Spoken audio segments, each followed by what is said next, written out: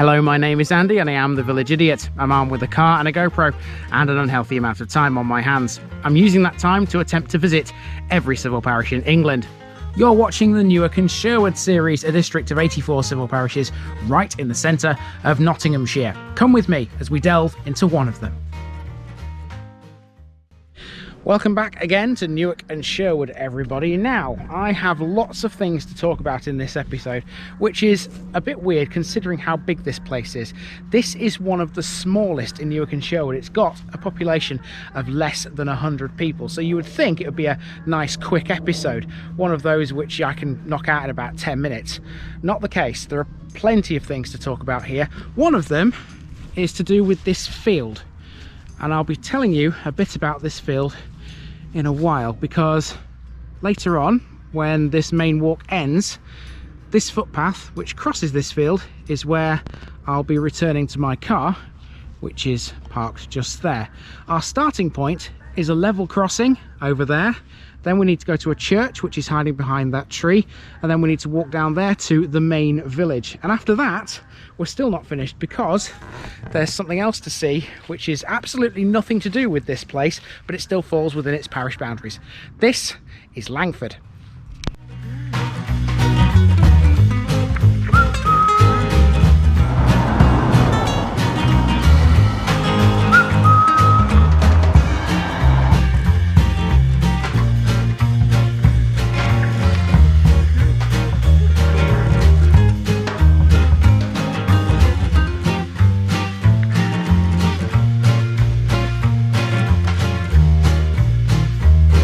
This Newark and Sherwood video is sponsored by Past Days, a family history blog by June Terrington. You'll find a link in the description. Here's my disclaimer for people who may be watching me for the first time. I say things as I would in my native accent and dialect. As a result, I may not pronounce things in the same way as the locals do. Remember, I'm a visitor. It's impossible to know everything. Leave me a comment, spin me a like, and bash that subscribe button. Let's get to today's parish video. Langford is located 4 miles northeast of Newark and 2 miles east of the River Trent. It's based on the A1133, which in turn branches off the A46 between Newark and Lincoln. Langford has an interesting history for such a small place. This was at one time the epicentre of the local wool trade, thanks to John Barton, the wealthy wool merchant discussed in these parts before. It's got two halls, Langford Hall and Langford Old Hall, both of equal importance. Village-wise, it's always been small, although as we journey around, we'll learn exactly why. It's also changed considerably within the last 500 years, and there's an unusual reason for that. In Saxon times, most of the parish was moorland. It wasn't until the Middle Ages the land was developed partly by the Knights Templar before they were suppressed in 1303. It was then dominated by sheep farming for centuries. These days, its tiny population have diversified into other trades. For example, Langford is where you'll find Newark Fine Furniture, and we'll talk about them as we walk around. To finish with, we have a special trip to one of the most well-known local landmarks, although I'd wager that not many people know that it falls within Langford Parish. Trust me, you'll want to watch this one until the very end.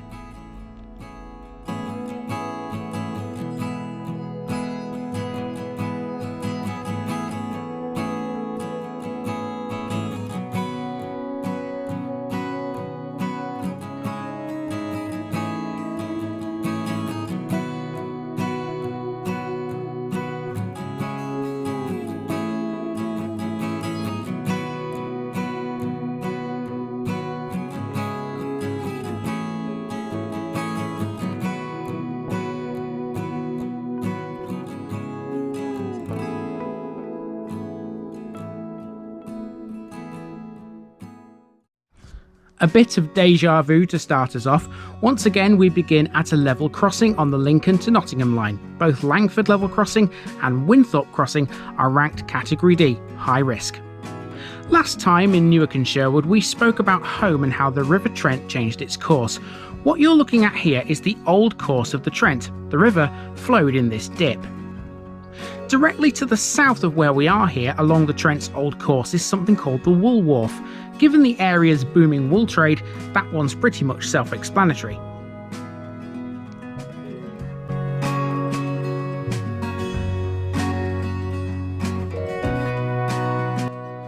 From that footpath, it's much easier to see where the Trent used to flow. It's taken us to the site of Langford's Grade 1 listed church of St Bartholomew. So this church is apparently open, according to the sign on the gate. Well, it would be a little bit rude to not go in and have a look, wouldn't it? So let's have a look and see what there is. I'll keep the camera rolling actually, because sometimes it's easier than turning it off and back on again. Ooh, it's quite light in here. Definitely don't need to turn the lights on. This is St Bartholomew's in Langford then. Once inside the church, we see two wall tablets, each bearing some important local names. First, we have the Radfords, who lived at Langford Hall. They were benefactors of this very church. The other is for the Duncombe, who were Langford Hall's first occupants when it was built in 1774. Slingsby Duncombe, a former High Sheriff of Nottinghamshire, is noted upon it. Captain G.T. Piers Duncombe gave the marble font, which you're looking at now, to the church in 1887. Also of note in here is a monument of a knight dating from the late 14th century. The church has much less in the way of interesting artefacts than Holmes Church did, but it's no less important. It seems though it's in need of some restoration, if this sign is anything to go by. Its tower contains one bell, though in 1740 it had three. The surviving bell by Taylors of Loughborough is dated 1895, and it's a recast of an earlier bell. Okay, so to get to Langford village from here, you have to walk down this road here, and as you can see, there's not much on either side. At the end of the road we turn right and we're on the 1133, the A1133. That's the same road that runs through places like Besthorpe and Collingham, and Langford is not all that big. It's pretty much the same size as Home, effectively, maybe a bit less in fact, in terms of population. And it's just a simple walk down the 1133 as far as the houses sort of stop. Then we'll turn round and then we'll come back across this field, which I referenced in the intro, because that is very important to Langford's history. It's not a blank canvas all the way down this road. There are a couple of large houses, like for example this one, which appears on the left. And on the right we have this one, and this one's got a bit of history. This is the old gamekeeper's cottage, presumably once belonging to the Langford estate. This sits on the corner of the A1133.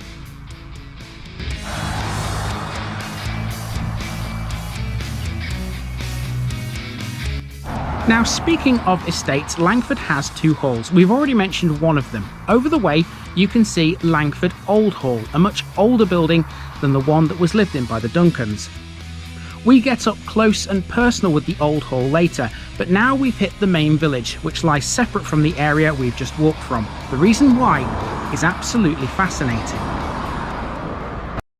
So if there was ever a definition of a linear village, I think this would certainly be it, because Langford is just basically a clump of houses on one side of the road and a clump of houses on the other side of the road. There are some landmarks.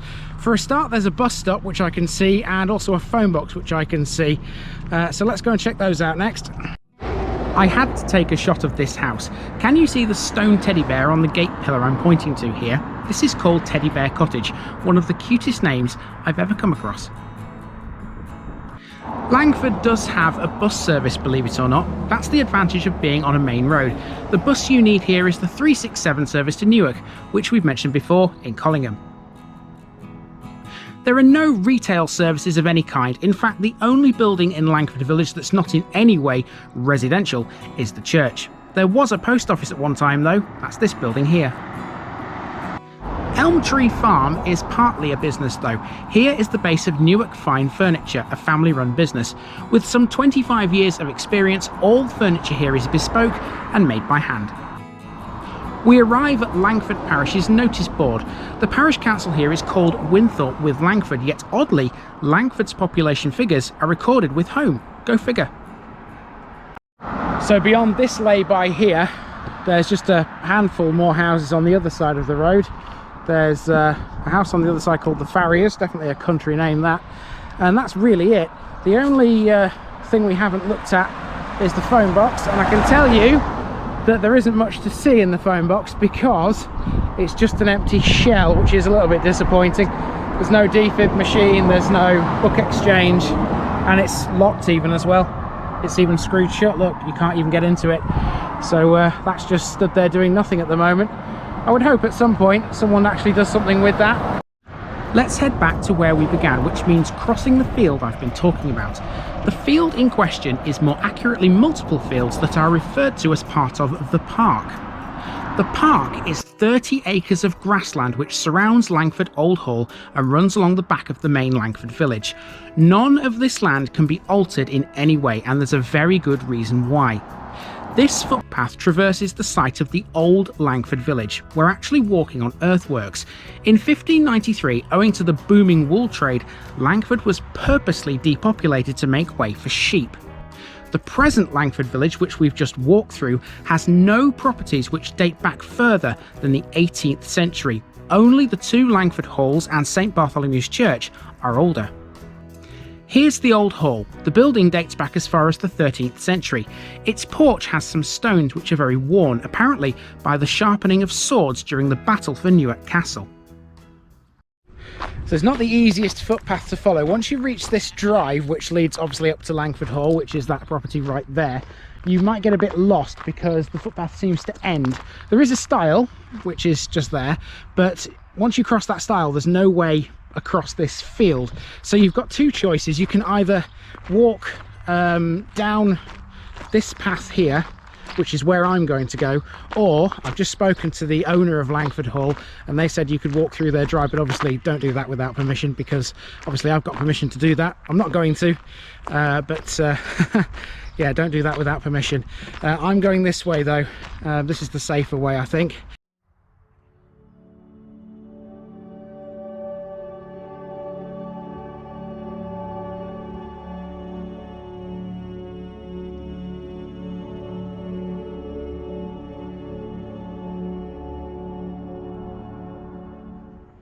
So that's the main walk in Langford done, but Langford Parish is huge. There's much more than what's in the area I've shown you. To the north you've got Langford Lowfields, which is an RSPB site. I did mention that at the end of the Collingham episode because part of that falls within Collingham Parish.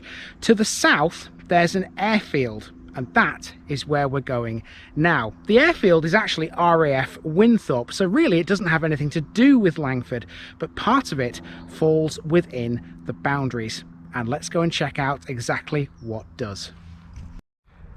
So here we are then at RAF Winthorpe, which is mostly within Winthorpe Parish, but this part right here is within Langford. We're at the Newark Air Museum. Let's see if we can see what all these planes are about. Lying in the far eastern corner of the former RAF Winthorpe and mostly within Langford's boundaries, we have the Newark Air Museum. This was one of the first aviation museums in the UK. I was lucky enough to be shown around the place by Colin Saville, one of the museum's trustees and an alumni from the same college that I did my teaching degree at, Lincoln's Bishop Grosseteste College. His knowledge of aircraft, and in particular the ones on display, was unparalleled. The museum displays all kinds of aircraft, a lot which have seen active service in the RAF. Some of the aircraft are outdoors, but mainly they're displayed in two hangars. On the wall inside Hangar 1, there's a timeline of the museum. Originally, it was based on the other side of the airfield. As well as aircraft, the museum displays other artifacts to do with aviation. Take for example this balloon observer's coat and boots, also in Hangar 1. There's also some interactive displays. So Colin has just been seconded by another member of staff here at RAF Winthorpe at the Air Museum. It gives me a chance to tell you a bit about this. Colin wrote this book, RAF Winthorpe, The Story of an Airfield, 1939 to 1959. There he is, Colin Saville, the author.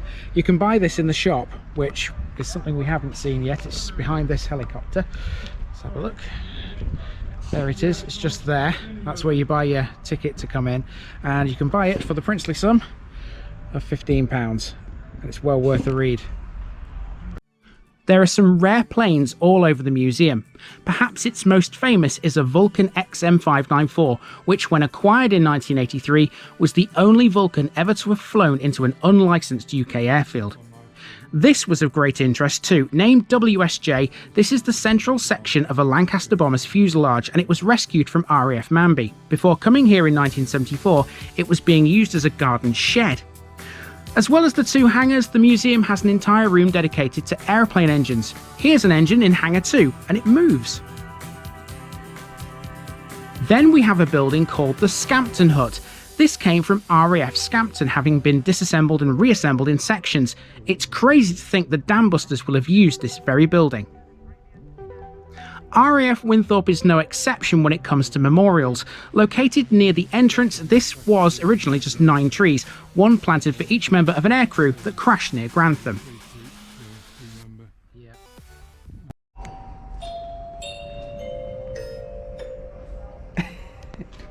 It's like a kalimba. Yeah, there you go. You ready? Yeah, go on.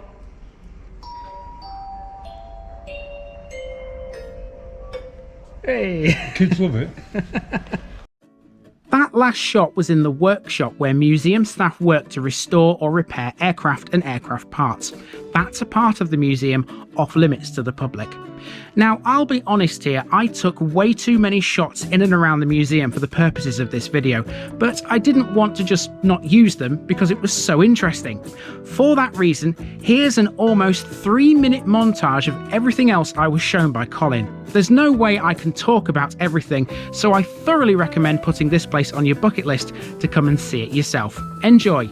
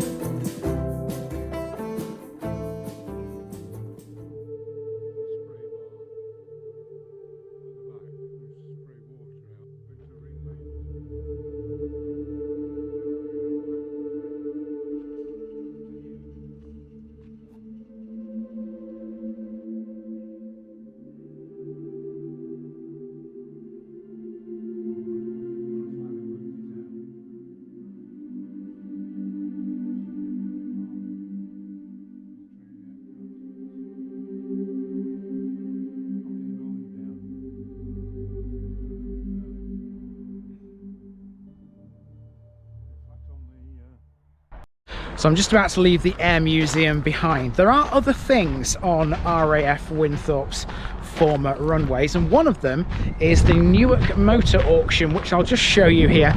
All the way around the museum I could hear the auctioneer in the background. Obviously he's trying to sell these cars. This is about as close as I'm going to get. I don't really know what I'm allowed to film here, so I'm just going to show you. There it says there, Newark Motor Auction, and yeah, that's something else that RAF Winthorpe is used for. So to finish off, we're at Elk Motorsport, which takes up part of one of the old runways, at the airfield. It's like a north, let me get this right, north-easterly section of one of the runways. I would love to go karting one day, I really would. Be quite an experience. It's closed on Tuesdays though. Today is a Tuesday. I would have liked to have had an experience in a kart to add to this Langford episode, but alas, today it is closed. But if you fancy it yourself, you can come to RAF Winthrop and get yourself in one of these machines and have a go at Elk Motorsport. There's the number on that sign right there. Awesome. And that, my friends, has been the parish of Langford. I will just mention something else about the airfield just before I wrap this one up, in that obviously only part of it is within Langford parish. There's a part which falls within Coddington, but most of it is Winthrop, and the vast majority of the airfield is taken up by the Newark Showground, which is obviously private property, so I won't be touching that either in this episode or in the Winthrop episode, which is coming your way very soon. And I better get on with it because it's now starting to spit with rain, so I might end up quite wet if I don't. This has been the parish of Langford, and I've been Andy, also known as the Village Idiot, and I'm out.